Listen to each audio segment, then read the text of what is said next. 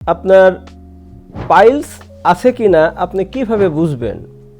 আমি শুধু দুটো কথা বলবো, এই দুটো যদি আপনার হয় তাহলে আপনি মনে করবেন আপনার পাইলস থাকার সম্ভাবনা আছে। 1 নম্বর সমস্যা, পায়খানা করলে পায়খানার সাথে বা পায়খানার পরে পায়খানা রাস্তা দিয়ে লাল টকটকে রক্ত ফোঁটায় ফোঁটায় পড়ে। 2 নম্বর কথা, এই রক্ত পড়বে কিন্তু পায়খানার সাথে পায়খানা রাস্তার মুখে কোনো ব্যথা, জ্বালা পোড়া এগুলো সাধারণত থাকে না। আর আরেকটা যেটা, পায়খানা করার সময় বা পায়খানা করার পরে আপনি যখন পানি খরচ করবেন তখন দেখবেন যে পানি খরচ করার সময় হাতে কিছু একটা লাগে, মনে হয় পায়খানা রাস্তার ভিতর থেকে গুটি বা পাইলসের মতো একটা জিনিস পায়খানা রাস্তার বাইরে চলে আসছে। যদি এইটা লাগে এবং রক্ত যায় কিন্তু পায়খানা রাস্তার মুখে কোনো ব্যথা না হয় তাহলে আপনি বুঝবেন আপনার এটা পাইলস।